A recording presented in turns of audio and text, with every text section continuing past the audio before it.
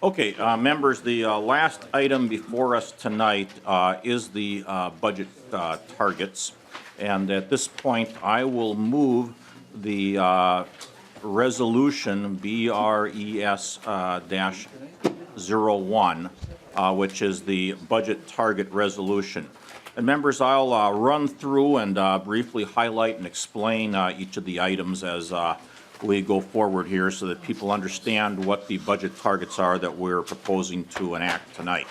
I think it's probably easiest for people to follow along on the spreadsheet, but officially what we are, of course, adopting is the actual resolution itself. The spreadsheet, we are proposing in education a target of $30,223,000. Of course, this will be something that is worked into the committee. The committee will come up with the bill on how to spend this money, but I should say that I expect a significant portion of this money would be spent on school safety. In higher education, we have a target of $5 million. Taxes, we have a target of $107,445,000. The reason for that somewhat specific number is that the tax committee is continuing to work on a tax conformity plan that comes out to that particular number, not including some other money set aside for various other tax initiatives that the committee would have that are also included within the $107,445,000.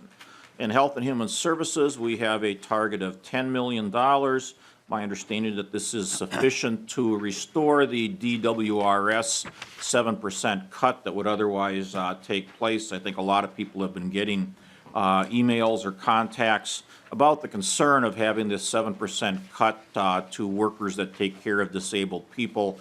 We had actually voted for this money last year and thought we had addressed this problem, but a ruling by the federal CMS agency has thrown it back in our lap, and we're trying to fix it now and believe that with this we can do so. In Environment and Natural Resources, we're proposing funding of $750,000 as an increase, in particular to deal with the chronic wasting disease problem. In agriculture, we're proposing $250,000, which my understanding is money that the chair and committee wishes to primarily direct to some mental health counseling issues for farmers. Transportation, we have a proposal of spending $101 million. I believe that this will substantially be spent on roads and bridges. I think members know, especially after our discussion last year, that we are behind in taking care of our roads and bridges in this state. They need some additional funds, and so we're making a significant investment here, proposed investment, out of the total $329 million that's available into roads and bridges. In public safety, we have $7,119,000. I understand from the chair that there are a number of initiatives there, but one in particular I want to highlight, which the governor also funded, is about $3.7 million for guardian ad litems to take care of children in the state that are basically have been suffering abuse and need to be counseled and cared for, and we just don't have the staffing right now to deal with the additional children that have come on the caseload. In the jobs and energy area, we have a target of $15 million, which I understand is the amount of money that is going to likely be proposed to be spent on broadband. In the state government area, we have a minus $7 million target. In the capital investment area, we have a change of $8,893,000, and this funding would really, in a sense, be two parts. One would be, as members know, traditionally with a bonding bill, there are some items that for legal reasons we can't actually bond for, yet they are capital projects, and we are allocating $8.5 million of this funding for capital projects. The other $393,000 is additional debt service that would allow us to have an $825 million bonding bill instead of the $800 million bonding bill that was in the forecast. and this additional $25 million we anticipate will be spent on school safety improvements as outlined in a proposal by the House Republicans some weeks ago. Finally, we have $50,600,000, the remainder set aside kind of on the bottom line for other bills, and just a bottom line number.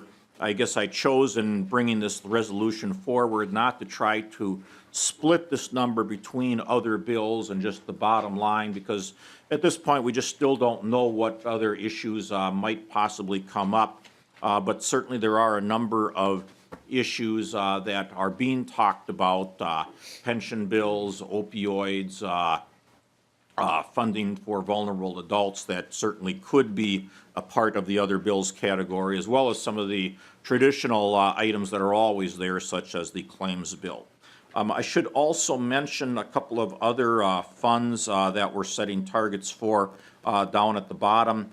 We have the cash flow account that we would be setting a target for of $350 million.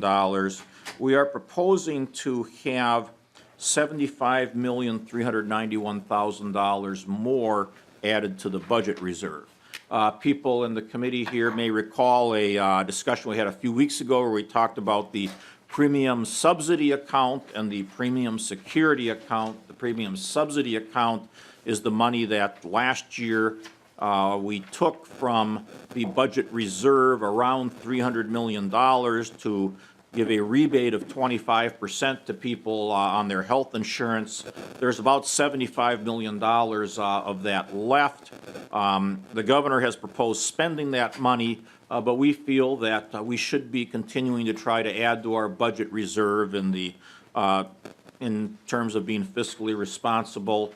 There wasn't any money set aside in the budget reserve this last November, as there have been a number of previous Novembers, because there was an actual budget deficit forecasted at that time. So the 1/3 of any surplus that usually would have been set aside was not set aside. So this $75 million that really is surplus funds from this particular program, we're looking at putting into the budget reserve. Finally, people will recall we had a discussion of the stadium reserve back when we had the budget forecast discussion, and Commissioner Franz in here some weeks ago. And it was noted that the stadium reserve had been at a balance of $26,821,000, but was actually growing by $31 million, more than doubling this biennium, and then doubling again in the next biennium by $62 million. And that, to me, seems unreasonable. I don't think we need that much money in the stadium reserve. There isn't at this time any legal limit on how large the stadium reserve can be. It just doesn't seem to me like we need to have years of payments in the stadium reserve, and so I'm proposing to cap that stadium reserve amount at the $26,821,000 that it has been at. Finally, if you look at the back of the actual budget resolution itself, you'll note that we are setting some targets for some of the health care funds. We're setting a zero target in terms of no additional spending for the Health Care Access Fund. We're proposing to set a target of zero in the resolution for the Basic Health Program Trust Fund account. And finally, a limit of zero for the Premium Security Plan, which is basically the reinsurance account, as separated from the premium subsidy program, which we're proposing to take the surplus that is in that and give it back to the budget reserve. Members, I think that, we set our two-year budget last year. We, of course, operate on a two-year budget. I think that by and large we met the needs that we had last year with the budget that we passed, but there are always issues that come up. The school safety issue is one issue that has really arisen more in the last year. We didn't think that we were going to have to be dealing with tax conformity a year ago, but of course now we are, and so we are setting aside a significant amount of money for tax conformity. We didn't anticipate that we were going to have the federal CMS agency basically cancel essentially the $10 million we had set aside for workers that work with the disabled, but they did. And so now we're coming back and proposing to restore that funding so that they don't have the pay cut that they're otherwise going to get. And there are, of course, some other areas as well that have cropped up as new challenges, new things that we need to deal with as a state, as well as areas that just need continued funding, such as road and bridges, where we're proposing to put a significant amount of new funding. So with that, members, that is the budget resolution that I'm proposing, and I stand for questions, and I know there are some amendments. Representative Carlson. Yeah, Mr. Chairman, in terms of your summary, a couple of areas that I'd like to go back to for a little further information. One of them is state government. The negative number. And could you explain a little bit more what's taking place with the state government target? Sure. Well, and of course, I want to say as a prelude that these are the targets, of course, that we're giving the committees. The, various spending initiatives I talked about are ones that I believe are going to be done by those committees, but of course, the committees are the ones that vote on these initiatives. In regard to the state government account of the minus $7 million. And we talked about this earlier, Representative Carlson. I'm glad you brought this up for clarification. The stadium reserve is an account within the state government account. And so if we're taking $31 million from the stadium reserve and giving that or including that in the state government target, and then they're having a minus $7 million target, it means that actually they have the potential to spend an additional $24 million because that roughly 31 million, 30.8 million is actually in that state government account. Yeah, and Mr. Chairman, just as a follow-up, during our brief discussion, you referenced what might happen relative to the state agencies. Is that strictly up to the committee then? Representative Carlson, yeah, I mean, what they might do with state agencies is really up to the committee, yes. Okay, because there was a thought that you had, I'll put it that way, about what could conceivably happen there, and I just want to clarify then, there may or may not be a cut to the state agencies depending on what happens with that 24 million. Am I clear on that? I think that would be fair to say yes. Okay. The other area that you and I had a little discussion about earlier was pensions, and it was my understanding that already committed, in a sense, in the other bills category was the funding of the pensions at 27 or 28 million. I think it was 27 was the number that we talked about earlier. And I think I know there's some pension people here in the audience, so maybe some clarification on what the intent there is relative to the other bills and the 50,600,000. Well, I think what I can say about that is that, we're not looking at this point at carrying the pension bill within the state government target, but there is obviously sufficient money in that $50.6 million other bill category to carry the pension bill. Yeah, and Mr. Chairman, I was assuming that would be a separate bill when we talked about it being incorporated into the other bills category. And I think you and I concurred that the need was somewhere in that 27 to 28 million. Yeah, well, and, I guess I think at this point I would say, yes, it's not something that we are looking at carrying as part of the state government bill. I think that properly it's the sort of bill that should be on a standalone kind of a basis. And Mr. Chairman, that's what the Senate did. So we'd be tracking the Senate. I would think that would be a good idea to track it separately myself. But at any rate, those were just two areas that I just thought we should have some clarification. Thank you. Any other questions on the budget resolution before we turn to amendments? All right, I know I see a few amendments. They don't have to be offered, but does anyone want to offer any amendments? Oh, Representative Hausman wants to offer an amendment. Representative Hausman. Mr. Chair, I think the A1 is mine. Yeah, the A1 is your amendment? Yes. Okay. Representative Hausman moves the A1 amendment. Thank you, Mr. Chair. In 2015-16, in the entire biennium, we did just roughly about $180 million in geo bonding. When you have 2 years like that, there's a big backlog. And I think that's what we're dealing with here. There was a good bill in 2017, but once before, in recent history, we've had a time like this. In 2005 and 2006, when Speaker Svigum was in office and Eric Paulson was majority leader and Dan Dorman was the chair of capital investment, we had had previously years with very little geo bonding. And so there were significant, in 2005 and 2006, 2 years in a row, bills, roughly $1 billion, that were sort of catching up with that backlog. And I think we're at that point now. When I visit with people in my office, I often cite, and you've probably heard me say this before, that in 1998, Arne Carlson was the first governor to sign a $1 billion bonding bill. If we just factored in inflation, if we were doing the same for infrastructure as they were doing back then, we would be doing roughly $1.5 billion. But believe it or not, that's not what I'm advocating in this amendment. I'm wanting to get just closer to about $1 billion than this budget resolution is.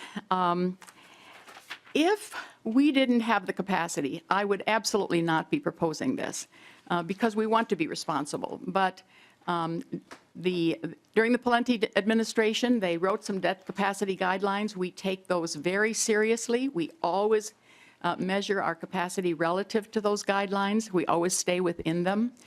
They're a percent of personal income as we measure.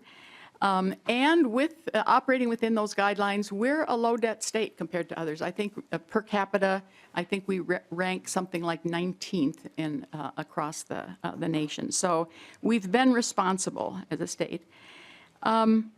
As people visit in my office, which they do in great numbers right now, a lot of people around this state have a lot at stake in that bonding bill, and so they're coming to tell their story. And as I listen to them and they conclude their pitch about their project, I always say, now I'm doing reverse lobbying, and now you have to help me. You have to help me get a bigger bonding bill. The bigger the bonding bill, the more likely your project will be in, and the smaller the bonding bill, the less likely. That's just the way it goes. When you start with $4 billion worth of requests, we're going to say no more often than we're going to say yes. And so as they tell their stories, that weighs heavily on me, and I know they understand this. As I talk to communities around, everybody sort of gets that.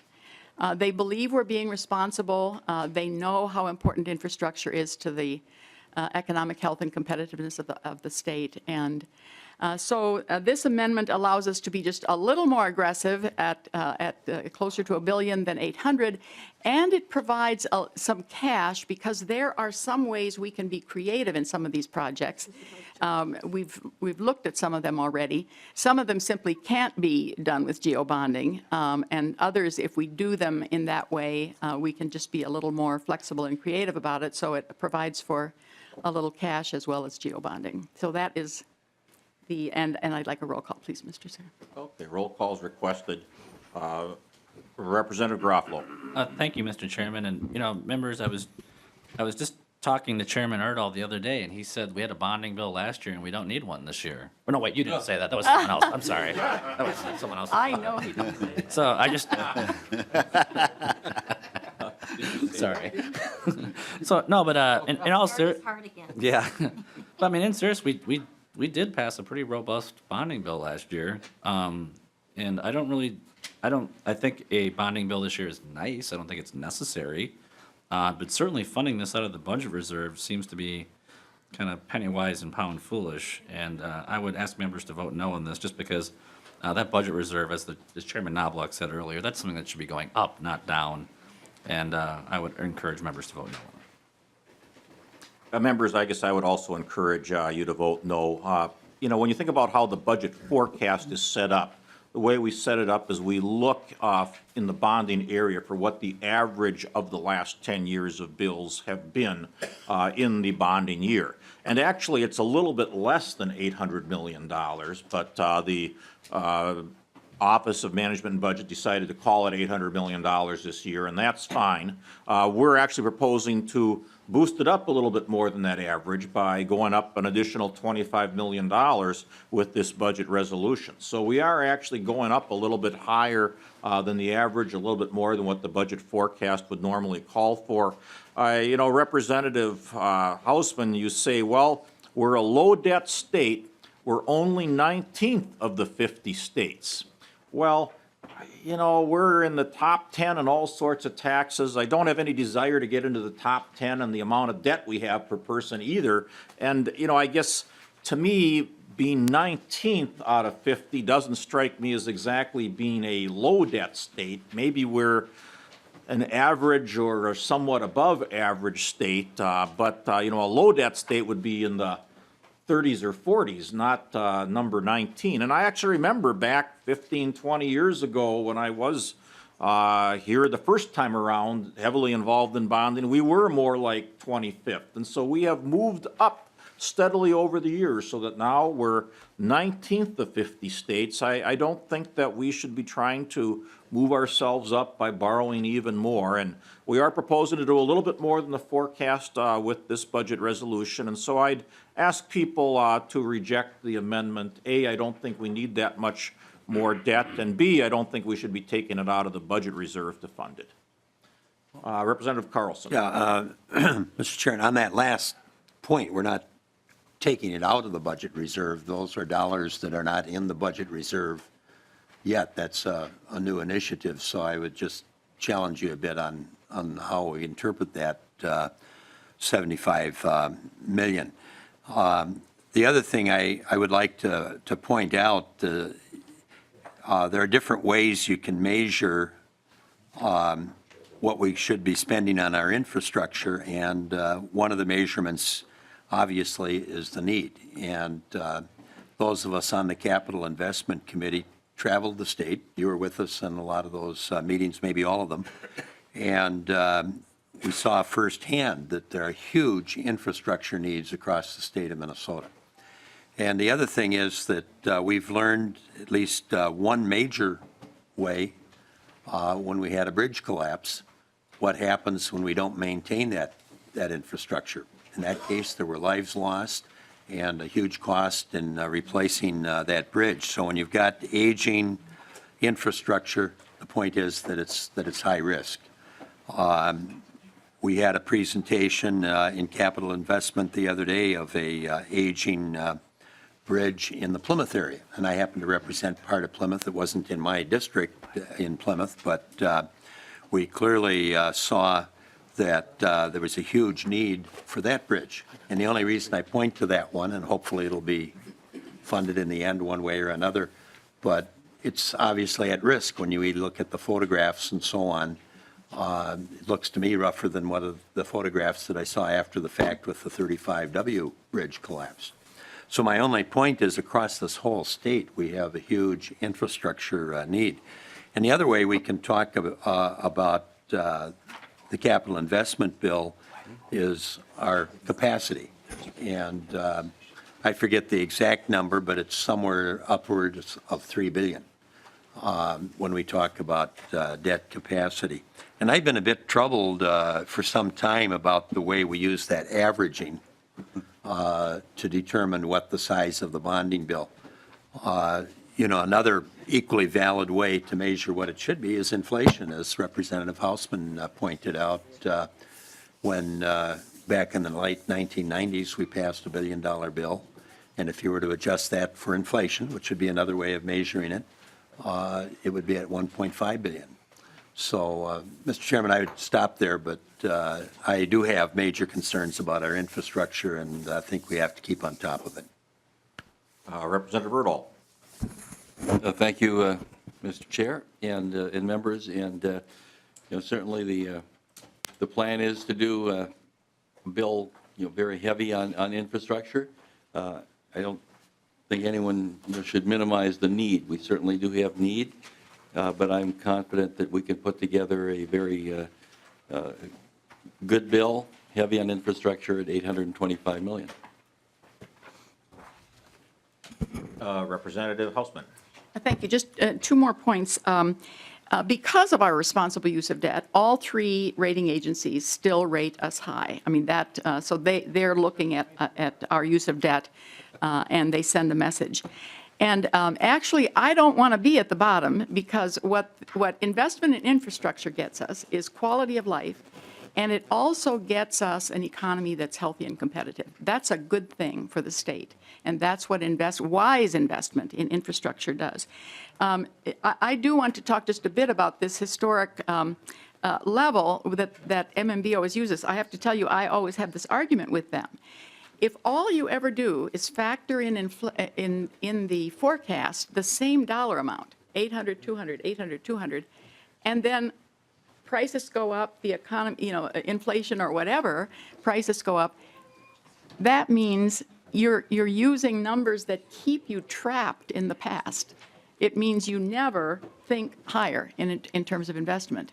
Over 10 years, you invest the same from year 1 to year 10.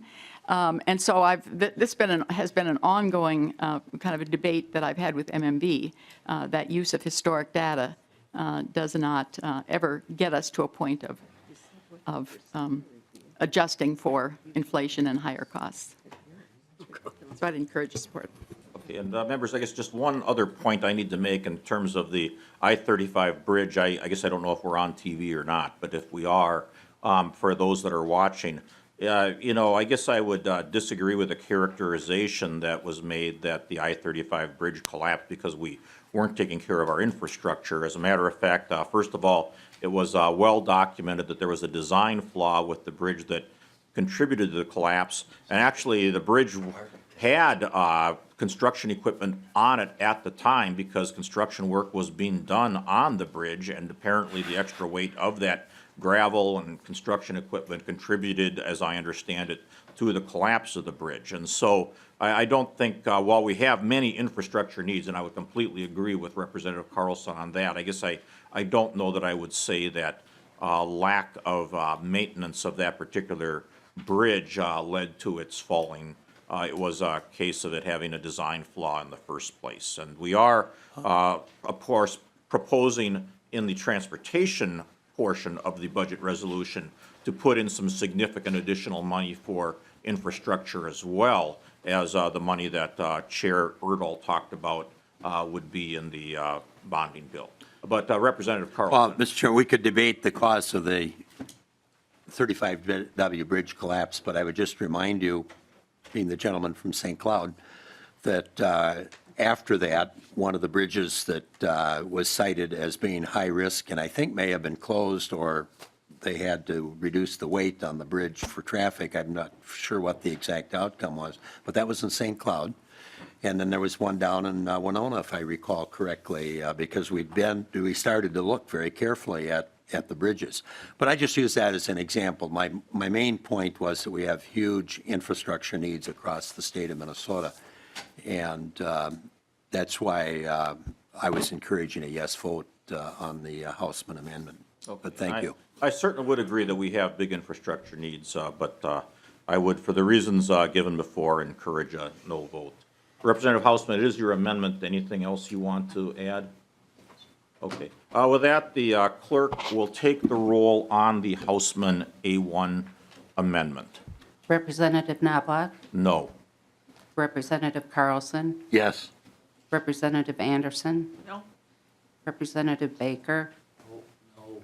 Representative Davids. Representative Dean. Nope. Representative Detmer. No.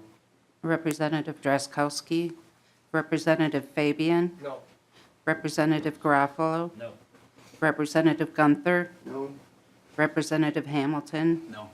Representative Houseman. Yes. Representative Hertaus. Representative Hillstrom. Yes. Representative Hornstein. Yes. Representative Liebling. Yes. Representative Loon. No. Representative Marcourt. Yes. Representative Murphy. Representative Nornis. No. Representative Pulowski. Yes. Representative Poppy. Yes. Representative Torkelson. No. Representative Erdahl. No. Representative Yeah. Wagenius. Yes. Did you see his expression? Like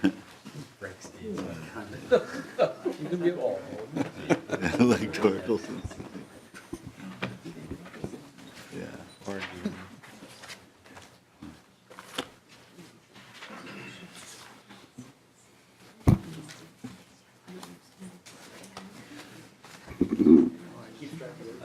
Harry, I want more. Harry.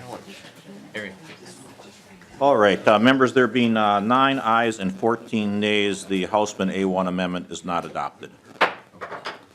Next, I know there's a couple of other amendments. Representative Marquardt, I'll recognize you for an amendment.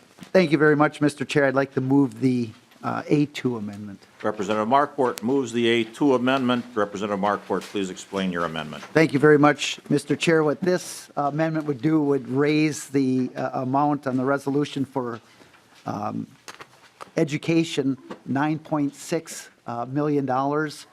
It would be a 32% increase over the current House proposal. It matches the governor's proposal. The money would be taken out of the reserves, that $9.6 million, and still would leave an increase of $65 million to reserves as in this resolution.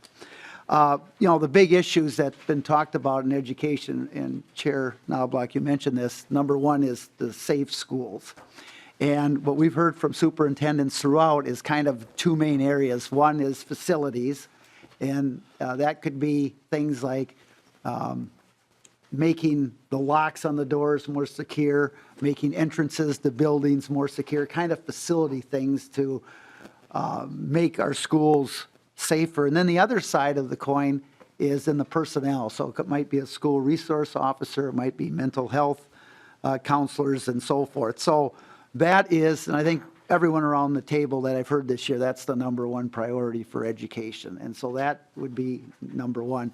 The other area we've really heard a lot about is trying to get to the cross subsidy on the special education. And we know that amount is probably about $750 million statewide. We're certainly not going to get there in any short time, but the governor's proposal not only addresses the safe school levy in other areas, but also starts to take ways to try to eliminate and reduce that cross subsidy on special education. So it's a 32% increase, $9.6 million, not huge. But I think when we're dealing with the school safety concerns and other things, I think it would be nice to leave a little bit more wiggle room there. And even at 39.8, it's 12.1% of the $329 million surplus. So, it's not a huge amount there. But I think this is reasonable, and I'd ask members for their support. And a roll call, please, Mr. Chair. Okay, Representative Marquardt requests a roll call. Well, members, I guess I'd oppose the Marquardt amendment. You can look at percentages different ways, and one way is the way that Representative Marquardt looks at it, but another way is to look at how much money we are spending on education in total, which if you look at the third column of the spreadsheet for 18 and 19 is $18,865 million.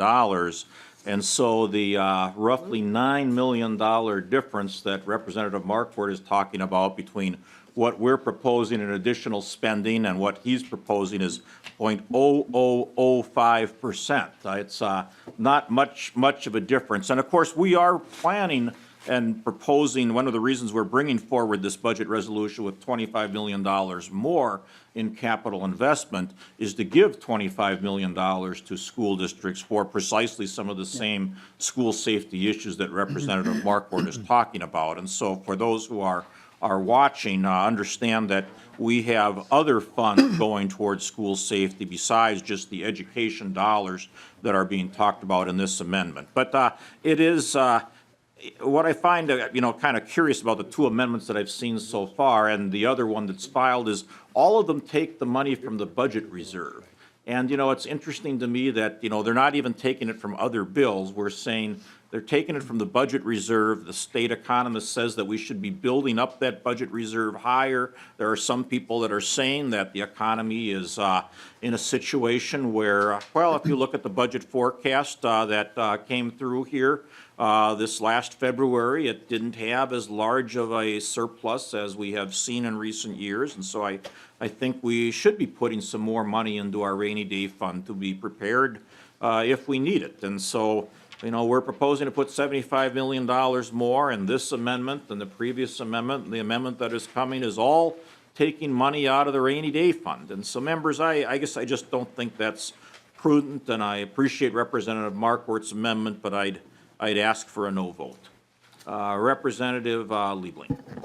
Thanks, Mr. Chair, and I just have to, again, kind of state what I think Representative Carlson said earlier, that in your spreadsheet, you have chosen to put $75 million into the rainy day fund, and the amendment that uses that money is not taking it out of the rainy day fund. It's taking it out of money that you are otherwise putting aside. So I think that people, if they're watching, need to be really clear. Unless I'm misunderstanding it, Mr. Chair, I would be happy to be corrected, but I don't think anybody is rating our rainy day fund that is not what Representative Markwart's amendment is doing. It's taking money that otherwise would be put into the rainy day fund, but in fact is part of the budget surplus. So if I am wrong about that, please correct me, because I am, but I think that was what I understood Representative Carlson to say, and that's how I'm understanding what the spreadsheet is saying. Okay, and Representative Liebling, let me respond to that, and I should have responded to it before. Actually, underneath current law right now, because the money originally came from the budget reserve, there's something in law that says come next fiscal year, the money that is unused by this program does go back automatically into the budget reserve. But we're basically saying, no, we're basically moving that money up a little bit and put it into the budget reserve now with this resolution. So, yes, you really are taking money from the budget reserve, because this money, if we don't do anything, is going to go there under current law. Oh. Representative Liebling. Well, thank you, Mr. Chair. I think it's semantics, that, it will go there, but it in fact is not there now. And that, I think is, we often quibble around here about whether we're talking about a tax or a fee, for example, and we may be arguing about that again, who knows? But I think that it is, for people watching, we are not actually going into a fund and rating it. We're talking about taking money that right now is part of the projected surplus. Well, but Representative Liebling, the current law says that if we don't do anything, this money is going into the budget reserve next year, and you're going to take it and spend it on something else. I have Representative Loon, Garofalo, and Markwart. Representative Loon.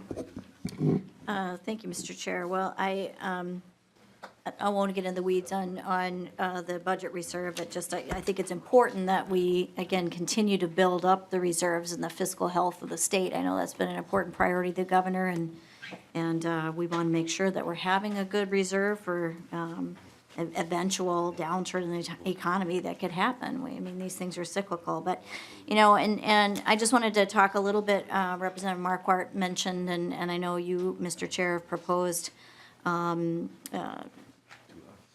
bills and looking at the special education funding, and how we are seeing dramatically increased use, increased numbers of students, increased spending in that area, and it's something that we've been grappling with for a long time in our state. And we just have, in fact, when Representative Markwart, Chair Markwart, chaired the Finance Committee for Education, basically a whole new structure of special education funding was put into place. And so that hasn't been in place very long, maybe 3 or 4 years that the schools have been under this new system. And so we are still kind of adjusting to that. And I will say that in our hearings in education, both in the policy and the finance committee, we do have plans that a task force is being formed to really get a deep dive into what continues to be a provision of services for some of our students that outstrips the funding we're able to provide, and the demand continues to increase. So while I recognize the need, I think the problem is we aren't getting to the root of how we're addressing identification of students, how we're able to look at the best way of providing services to them in a way that we can get our arms around the costs. I mean, the $750 million, Representative Marquardt mentioned, some of that is the federal government, and I don't know how much we can address that. So, but if we can start to look at some of the state cross-subsidy, because that's another layer to this, we certainly want to do it. I'm just not sure it's something we can address right now. There was more funding put in at the same time that new formula was done, too, just a few short years ago. So this is a big problem, and I don't know that a Band-Aid solution is going to be really what we need to do at this time. Representative Garofalo. Oh, thank you, Mr. Chairman. And, Representative Liebling, I am just shocked. In fact, I am shocked and appalled. For years, I have heard my friends on the other side of the aisle say that a reduction in the rate of increase is a cut. In fact, I've heard you refer to a reduction in the rate of an increase as a devastating cut. And so for you to come forward with this devastating cut to the budget reserve, I'm shocked and appalled. And Representative Liebling, as evidence, I think you really should be listening to me. I really do, because last session in this committee, I told members the Garofalo plan on bonding. You remember what it was, Representative Erdahl? I said last year we should have passed a $2 billion bonding bill, get it done, and then not come back this year. It was been the best gift we could have given the taxpayers of Minnesota. Do it right, do it now. And you guys didn't take me up on that offer, and now here we are back again squabbling over the bonding bill. You guys should be listening to the Garofalo plan more often, and I just know that you're going to listen to me and vote no on this. No, I didn't hear from you guys. I was just kidding, but I'm a no vote on this. So. All right, well, let's see. Representative Liebling, your name was mentioned, so I'll recognize you, and then I'll go to Representative Marquardt. Well, thank you. It did occur to me that there was that what you just said about whether an expected increase is whether you're, that whole thing about whether it's a cut or not. And I almost brought that up as being an inconsistency about what the chair was saying. So thank you, Representative Garofalo, because you are now on the other side of that equation. So we hopefully will not hear that from the other side again. And the other thing is that I just want to respond that, perhaps you're saying it in jest, but maybe not, when you say, oh, not coming back is somehow better for the taxpayer. That assumes the only thing that helps the taxpayer is not spending money. And that is so far from the truth. It would be, we could just, have no government and not spend any money.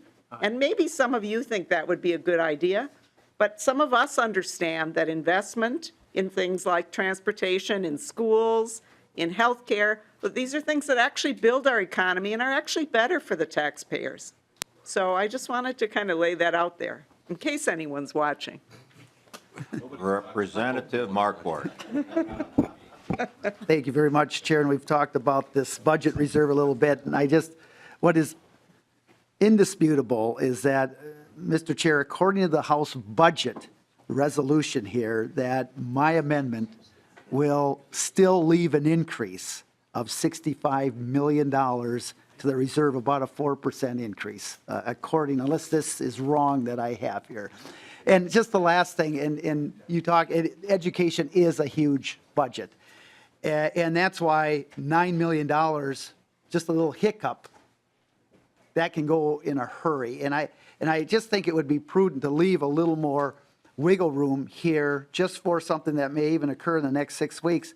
But I also want to make sure that the current proposal here, 30.2 million, does cover what we need and what superintendents have been asking for to make sure our buildings are safe and secure for our students. So I just still think a $9.6 million increase on this overall budget resolution is very reasonable. So thank you, Mr. Chair. Representative Carlson. Yeah, Mr. Chairman, just somewhat a tongue-in-cheek comment, but I think we're beginning to sound like the tax committee, getting far afield from what the issue is before us. And several of us on this committee are on taxes or have been. And, but at any rate, I wish we would have been talking more about the purpose of the amendment to help with some of the education needs. But reverting back to get a little bit afield again, keep in mind, we're on automatic pilot with the budget reserve. The November forecast, if it has a positive number, 1/3 the dollars go into the budget reserve. So we're still building the budget reserve as long as we experience economic growth. And that's nothing that's insignificant. Representative or Senator Bach, myself, Lauren Solberg, we worked on that very issue a few years ago to build the reserve. And that's how we ended up with the February forecast and 1/3 the money going in until we spent so long now, I forget, but it's $2 billion plus is what the ultimate goal is, if I recall. So we're building on the reserve, and I don't think anybody's arguing about changing the November forecast language. Any other discussion? Seeing none, the clerk will take the roll on the Markwart A2 amendment. Representative Knobloch, No. Representative Carlson, Aye. Representative Anderson. No. Representative Baker. No. Representative Davids. No. Representative Dean. No. Representative Detmer. No. Representative Drazkowski. Representative Fabian. No. Representative Garofalo. Representative Gunther. Representative Hamilton. No. Representative Hausman. Yes. Representative Hertas. Representative Hillstrom. Yes. Representative Hornstein. Yes. Representative Liebling. Yes. Representative Loon. No. Representative Markort. Yes. Representative Murphy. Representative Nornis. No. Representative Pulowski. Yes. Representative Poppy. Yes. Representative Torkelson. No. Representative Erdahl. No. Representative Wagenius. Yes.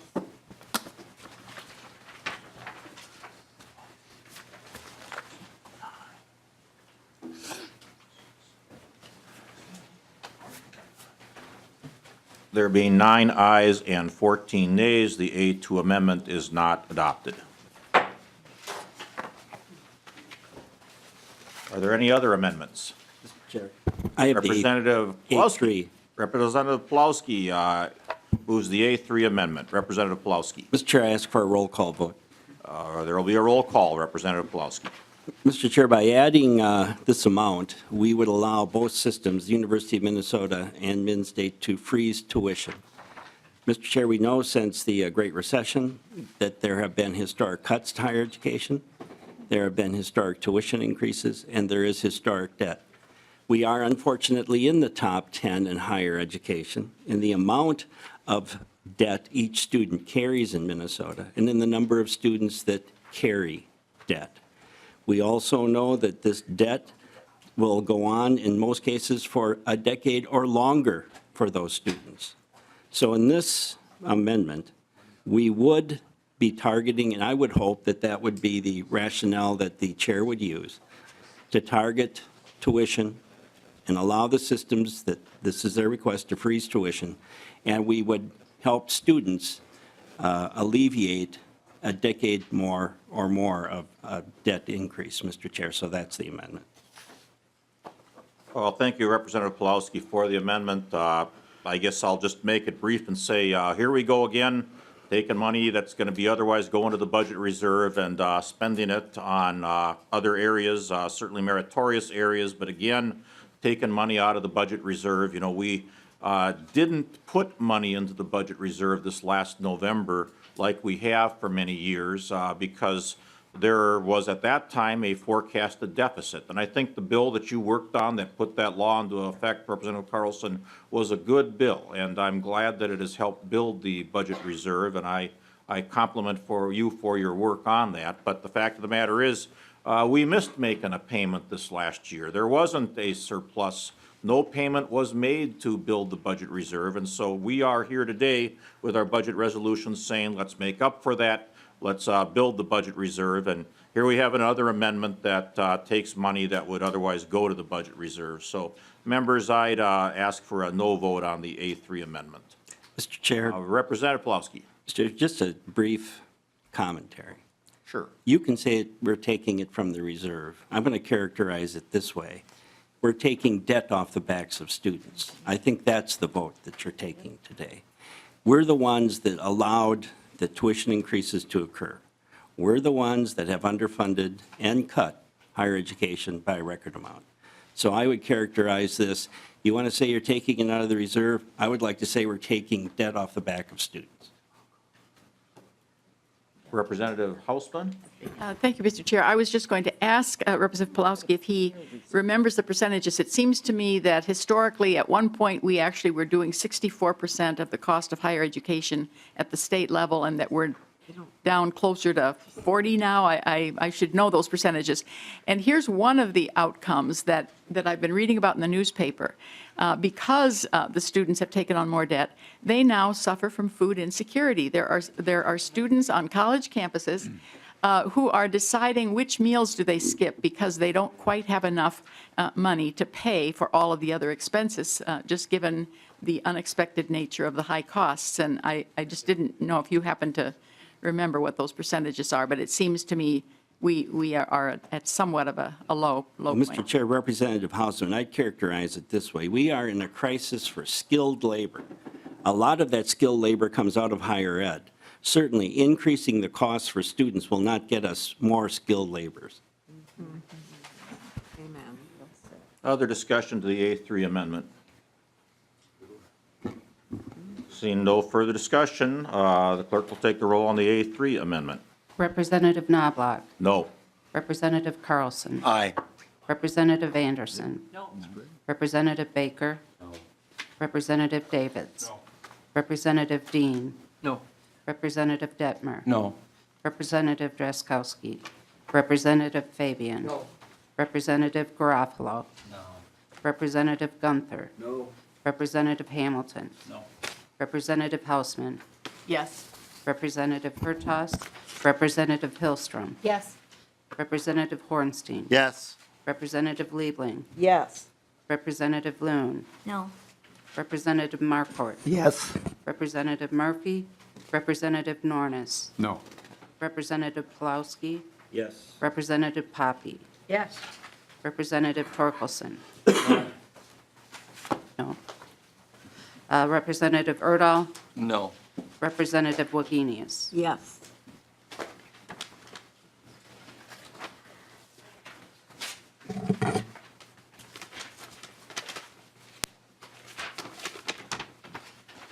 There being 9 ayes and 14 nays, the A3 amendment is not adopted. Are there any other amendments? Discussion. Discussion. Members, before we get to discussion, I'm going to call for a roll call on the budget resolution. Representative Hillstrom. Thank you, Mr. Chair. I didn't offer an amendment about the public safety area, but members, that is one of the areas that usually is bipartisan, and I would note that there is a significant difference between what the governor put forward for public safety and what this budget resolution does put forward, and I'm concerned about that. But, Mr. Chair, one of the things that I want to make sure that we do fund will really save taxpayers a lot of money in the future. Senate File 2620 is the pension bill, and it passed the Senate floor 66-0. Members, what that would do is it cuts $6 billion in liability for this state for pensions. $3 billion in savings to school districts, $2 billion in savings to the state, and $1 billion to cities and counties. I believe that at the end of the day, we should do that, and we should make sure that it was named in the resolution. But members, that would be the equivalent of $2 billion in cuts to liability for the state's pension that would pay for 2 bonding bills. And so, Mr. Chair, I hope that at the end of the day, that bill becomes law. Representative Wagenius.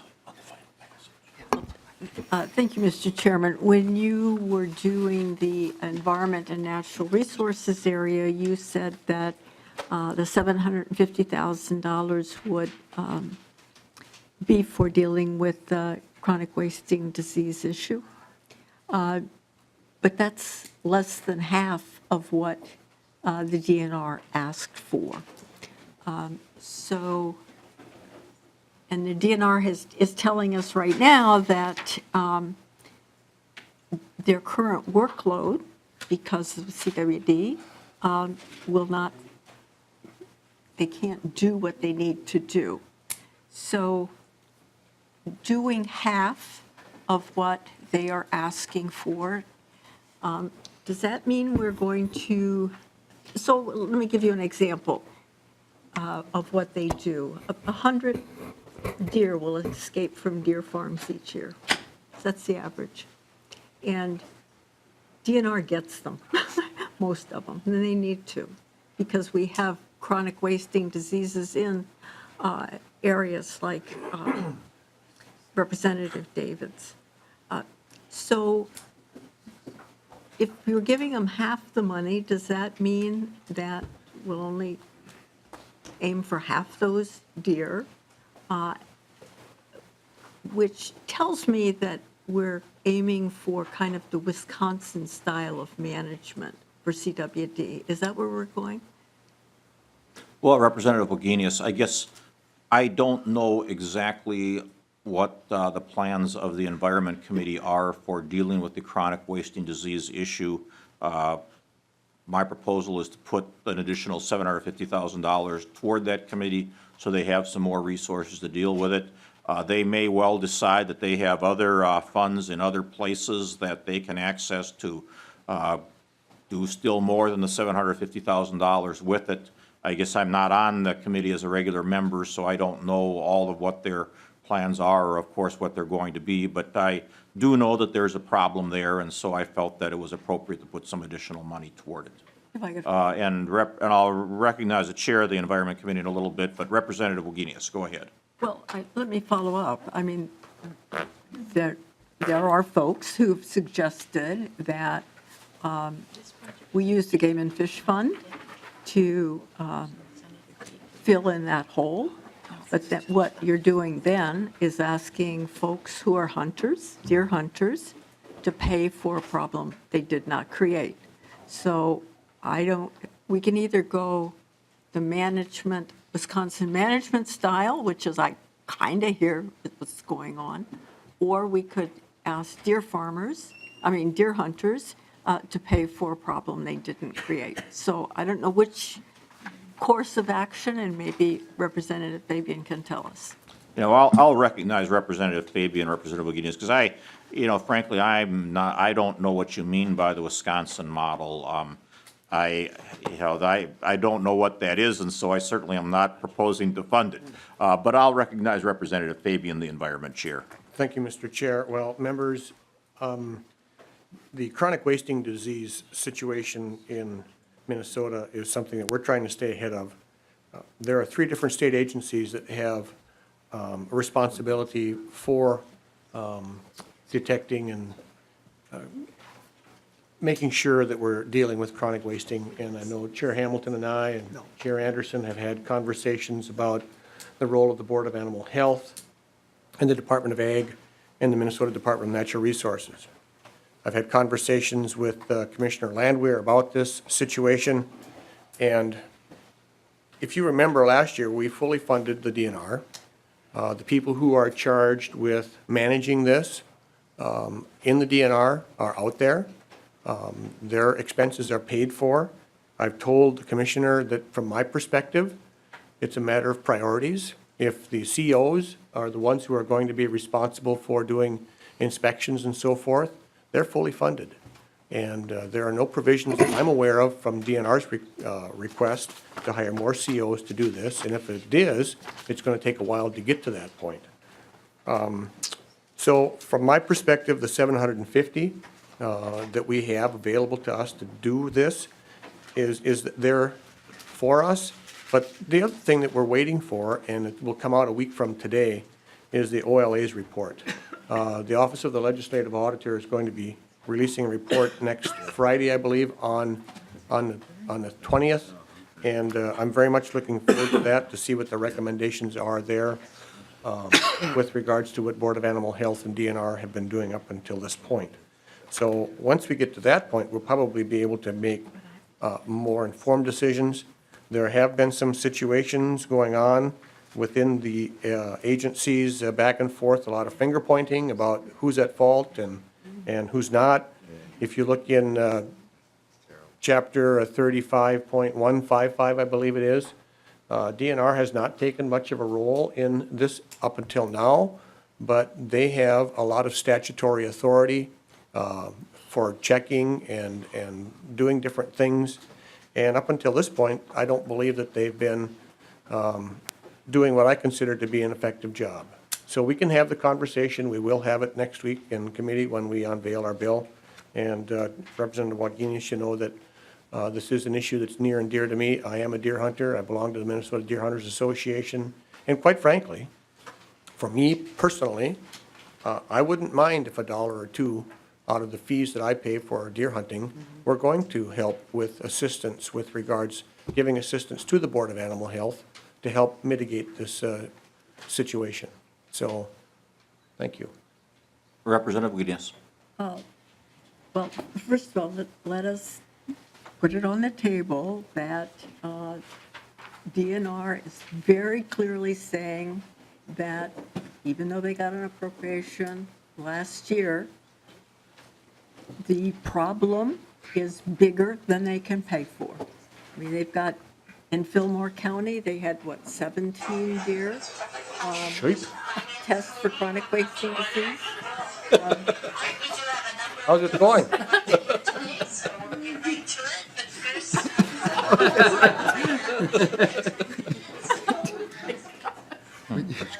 said that earlier. Sorry about that. Representative Wagenius, can you speak into the microphone? Well, I just point out that DNR can't anticipate how many deer are going to escape from a deer farm in every year, and they may be off. I mean, let's be realistic here. So they ran into a problem in Fillmore County, had 17 deer that were infected. So they had to expend their money early. That's not to fault DNR. They saw the situation and they tried to meet it. And they're now telling us, we don't have the money to go for, we're running out of money. Let's be realistic. Secondly, you can say we're going to get an OLA report, but OLA is not going to help with the funding. And just from their past history, OLA does not delve into the science of what's happening right now. So I would be very surprised if OLA would tell us that science right now is telling us those prions that are in the soil, we don't know how long they're going to last, but now science is telling us they're going to last a lot longer than we knew. So if we look at a deer farm that was infected, we're going to have to put a double fence around that and make sure it's maintained for years, because we don't know. So we can, this is real, and we can't pretend other than to say, well, deer farmers, deer hunters, even though you didn't cause the problem, we're going to want you to pay for it. I do not think that's fair. Representative Hamilton. Well, thank you, Mr. Chairman. I'll tell you what's not fair is to automatically blame the Cervidae farmers. This is a highly regulated industry, and it seems like it's very easy right away to blame agriculture for everything, particular or specifically this day and age. However, I like what the chair of the the Environment Committee is saying as far as waiting for the OLA report to come out so we can make a more informed decision on this. But again, I'll remind everybody, this is a highly, highly regulated industry. And again, let's wait for the OLA report. We are committed to have a hearing on this once that report comes out, and then we can make more informed decisions. Representative Wagenius. Well, let me just respond by saying it may be highly regulated. Nonetheless, 100 each year seem to escape from these farms, and DNR right now has to deal with them. That's just the reality. That is the reality. Any other discussion? Representative Carlson. I was just going to say, Mr. Chairman, you know, a budget reflects, it's a document that reflects our priorities, and we tried to be here this evening with a few amendments to restructure the priorities that we were presented with. We could have gone further. There were other important issues, but we did choose to be selective, and we tried to improve the budget resolution by putting some more funds into K-12 and higher education and infrastructure. We dealt with three very important areas. And so I am a bit disappointed with the budget that's before us, and even more disappointed that the minority wasn't listened to on providing some input in trying to establish important priorities for the Minnesota House of Representatives. So, Mr. Chairman, I don't have any further comments other than we were selective in what we chose to put before you this evening, and it would have been good to have had some of those amendments adopted.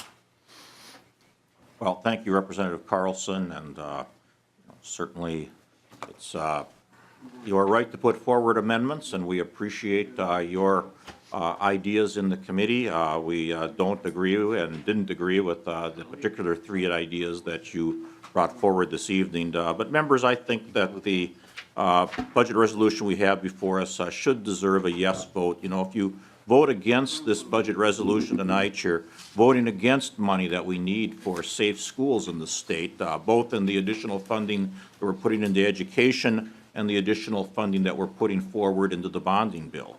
If you vote against this budget this evening, this budget resolution, you're voting against the tax cuts, the allocation of the tax committee that we need that helps fund the tax conformity that we really need to get through this legislature. If you vote against this budget resolution this evening, you know, you're voting against the $10 million we need to give to the people who work with our disabled Minnesotans in this state who are otherwise going to get a 7% cut because of what the federal government did with their CMS agency this last year. If you vote against this budget resolution, you're voting against $101 million of new spending for building roads and bridges in this state. And I think everyone here obviously agrees, Representative Carlson and myself, that we do need more funding to support our infrastructure. And here we're putting forward a significant amount of money in a non-budget year for roads and bridges. If you're in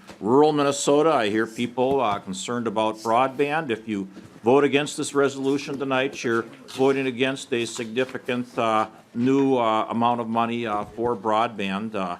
We've got other money set aside in other bills that can deal with other issues like pensions that you would be voting against if you vote against this budget resolution this evening. And finally, as has been discussed, we're proposing to put $75 million more into the budget reserve. And if you vote against this evening, you're voting against the fiscal prudence of building that budget reserve that I think we need to be doing, especially because no payment was made this last November as it has normally been made. And so, members, I hope you will support the budget resolution, the BRES 01 resolution, and I'd ask for and request that the roll be called. Representative Knobloch. Yes. Representative Carlson. No. Representative Anderson. Yes. Representative Baker. Aye. Representative Davids. Yes. Representative Dean. Yes. Representative Detmer. Yes. Representative Drazkowski. Representative Fabian. Yes. Representative Garofalo. Yes. Representative Gunther. Yes. Representative Hamilton. Yes. Representative Hausman, No. Representative Hertas, Yes. Representative Hillstrom, No. Representative Hornstein, No. Representative Liebling, No. Representative Loon, Yes. Representative Markworth, Yes. Representative Murphy, Representative Nornis, Yes. Representative Pulowski, Yes. Representative Poppy, Yes. Representative Torkelson, Yes.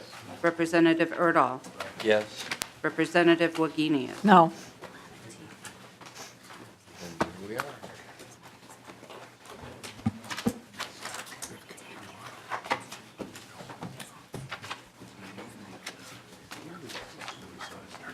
There being 18 ayes and 6 nays, the budget resolution 01 is adopted.